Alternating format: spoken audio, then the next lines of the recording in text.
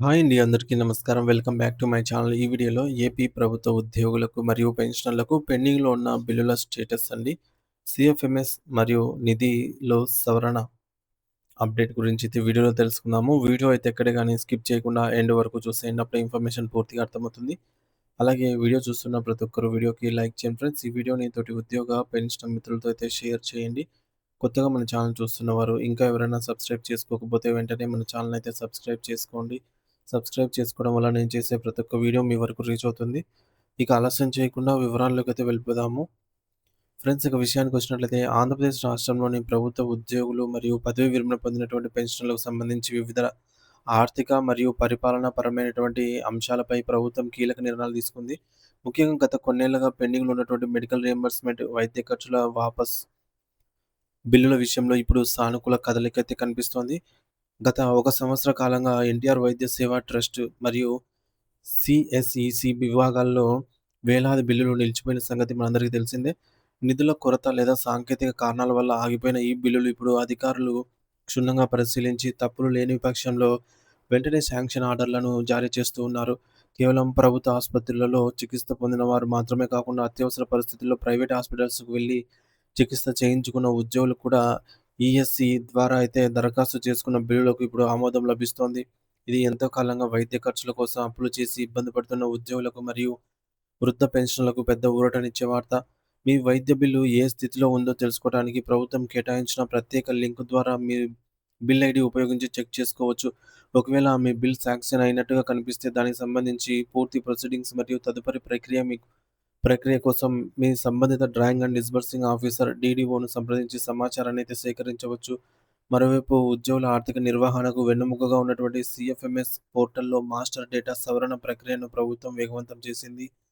CFMS నిధిలో ఉద్యోగులు మరియు పెన్షనర్ల ప్రాథమిక వివరాలు సరిగ్గా లేకపోతే భవిష్యత్తులో జీతాలు, పెన్షన్లు లేదా ఇతర బెనిఫిట్స్ పొందడంలో తీవ్రమైన ఇబ్బందులైతే ఎదురవుతాయి.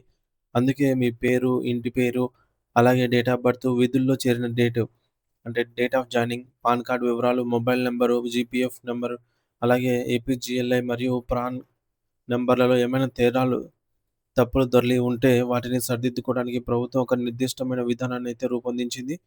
పేరు సవరణ కోసం దరఖాస్తు చేసుకునేవారు తమ గారు డీడీఓ గారి అటెస్టేషన్ లేదా ధృవీకరణతో కొన్ని ముఖ్యమైనటువంటి పత్రాలను సమర్పించవలసి ఉంటుంది.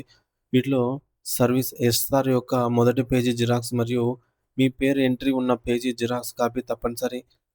అలాగే 10వ తరగతి ఎస్ఎస్‌సి మార్కుల మెమో మరియు ఆధార్ కార్డ్ జిరాక్స్ కాపీలను కూడా జతచేయాలి. మరి ఇక్కడ అత్యంత ముఖ్యమైన విషయం ఏమిటంటే, మీరు సమర్పించే ఈ 4 రకాల డాక్యుమెంట్‌లలోనూ పేరు ఒకే విధంగా ఉండాలి.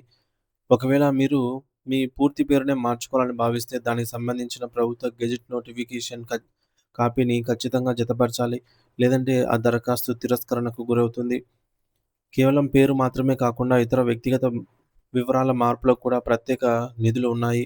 ఉదాహరణకు మీ పేరు విధుల్లో చేరిన తేదీని సవరించుకోవాలనుకుంటే ఎస్ఆర్ కాపీతో పాటు జాయినింగ్ లెటర్ మరియు జాయినింగ్ రిపోర్ట్ యొక్క జిరాక్స్ కాపీలను జతచేయాల్సి ఉంటుంది. చాలామంది ఉద్యోగులు తమ మొబైల్ నంబర్‌లను మార్చుకోవాలని అయితే కోరుతూ ఉంటారు. అటువంటి వారు ఒక వ్యక్తిగత విన్నప పత్రం, పర్సనల్ రిప్రజెంటేన్ రిప్రజెంటేషన్‌తో పాటుగా నంబర్ మార్చుకోవడానికి గల కారణాలను వివరిస్తూ డీడీఓ నుంచి ఒక అధికారిక లేఖను అందజేయాల్సి ఉంటుంది. అలాగే జీపీఎఫ్ లేదా ఏపీజీఎల్ఐ నంబర్‌లలో తప్పులు ఉంటే, ఆయా విభాగాల నుంచి వచ్చినటువంటి ఆథరైజేషన్ లెటర్‌లు లేదా బాండ్ కాపీలతో పాటుగా డీడీఓ లెటర్ అయితే జతచేయాలి.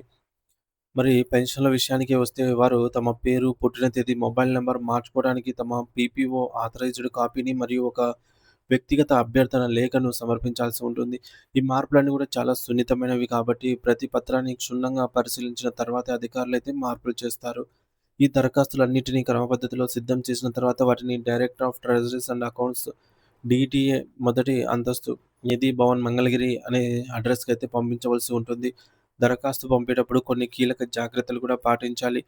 మీ డీడీఓ ఇచ్చే కవరింగ్ లెటర్ లేదా ట్రెజరీ ఆఫీసర్ ఇచ్చే ఫార్వర్డింగ్ లెటర్ లేకుండా పంపే దరఖాస్తులను అధికారులు పరిగణలోకైతే తీసుకోరు. మరి ఆ లేఖలో ఉద్యోగి యొక్క సీఎఫ్ఎంఎస్ ఐడీ, కార్యాలయపు అధికారిక ఈమెయిల్ ఐడీ, డీడీఓ యొక్క కాంటాక్ట్ నంబర్ మరియు డీడీఓ కోడ్ స్పష్టంగా పొందుపరచాల్సి ఉంటుంది. ఈ డాక్యుమెంట్‌లన్నీ కేవలం ఫిజికల్ కాపీల రూపంలో పోస్ట్ ద్వారా మాత్రమే పంపాల్సి ఉంటుంది. నేరుగా లేదా ఆన్‌లైన్ ద్వారా పంపడానికి ప్రస్తుతానికైతే అవకాశం లేదు. ముఖ్యంగా పెన్షనర్స్ తమ వివరాల సవరణ కోసం దరఖాస్తు చేసుకునేటప్పుడు తమ సమీపంలోని ట్రెజరీ ఆఫీసర్ ద్వారానే డీటీఈ కార్యాలయానికి పంపేలాగా జాగ్రత్త పడాలి.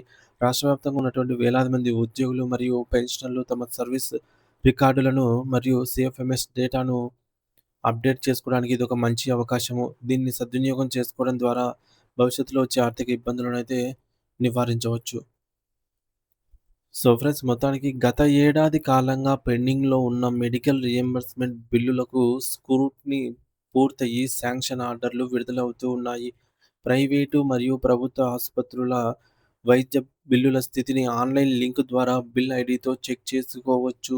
సీఎఫ్ఎంఎస్ మాస్టర్ డేటాలో మన పేరు, పుట్టిన తేదీ, జాయినింగ్ డేట్ వంటి వివరాల సవరణకు ప్రభుత్వం అయితే ప్రెజెంట్ అవకాశం ఇచ్చింది. పేరు సవరణకైతే ఎస్ఆర్ కాపీని, ఎస్ఎస్‌సి మార్కుల మెమోను, ఆధార్ మరియు అవసరమైతే గెజిట్ కాపీ తప్పనిసరి. మొబైల్ నంబర్ మార్పుకు డీడీఓ నుంచి కారణాలతో కూడినటువంటి ప్రత్యేక లేఖ అవసరము.